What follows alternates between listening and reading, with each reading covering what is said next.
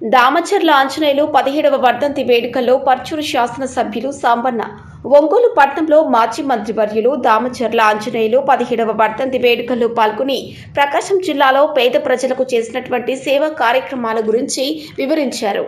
ఈరోజు మన ప్రకాశం జిల్లా రాజకీయ ముఖ చిత్రంలో తనదైన ముద్ర వేసిన, అందరూ గౌరవంగా పెద్ద ఆయనగా పిలుచుకునే మన దామచర్ల ఆంజనేయులు గారి 17వ వర్ధంతి సందర్భంగా వారిని గుర్తు చేసుకుంటూ వారి ప్రాంతానికి మన జిల్లాకి చేసిన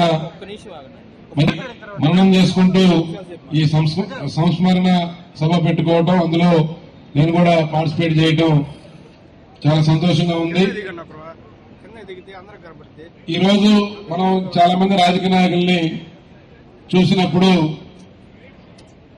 కొంతమంది మీద మంచి అభిప్రాయం, కొంతమంది మీద చెడు అభిప్రాయం, కొంతమంది మీద ఏ అభిప్రాయం ఉండదు.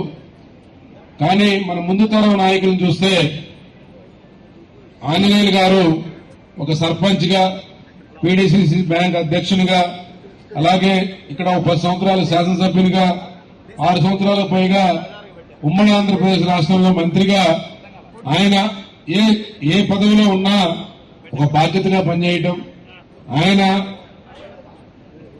తన ప్రాంతం పట్ల ఎంతో ప్రేమతో మక్కువతో బాధ్యత తీసుకొని చాలా పనులు శ్రీకారం చుట్టారు. ఇప్పుడే నాగేశ్వర గారు చెప్పారు, ఈ కనెక్టివిటీ రోడ్లని అంతకుముందు చిన్న వర్షం వచ్చినా కూడా వాగులు పారి చాలా చుట్టూ తిరిగి వెళ్లాల్సి వచ్చేది. అట్లాంటిది ఈ కనెక్టింగ్ రోడ్స్ అన్ని కూడా వారి హయాంలోనే డెవలప్ చేయడం జరిగిందని చెప్పారు. అలాగే ఇక్కడ పొగాకు బోర్డు ఏర్పాటు చేసే దాంట్లో కూడా చాలా కీలకంగా 2 నెలల్లోనే ఆ యొక్క కన్స్ట్రక్షన్ అంతా కూడా కంప్లీట్ చేసి బోర్డు వారికి మెప్పించి ఇక్కడ కొండేపులో బోర్డు ఏర్పాటు చేయడం జరిగింది.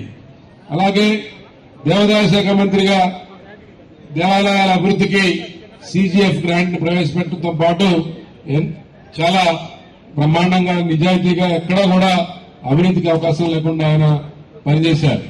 అలాగే మార్కెటింగ్ శాఖ మంత్రిగా ఇక్కడ మన ప్రాంతంలో ఎక్కువగా ఉండే జామాయిల్ పంటకి గిట్టుబాటు ధర కల్పించడంలో కూడా వారు ప్రముఖ పాత్ర వహించారు. అంటే ఏ బాధ్యతలో ఉన్నా ఈ ప్రాంత రైతులు, ప్రజలు వీళ్ళ పట్ల ఆయన యొక్క అంకిత భావం, ఒక కమిట్మెంట్ ఆయన పదవిలో ఉన్నప్పుడు చేసిన పనుల ద్వారా మనకి తెలుస్తా ఉంది.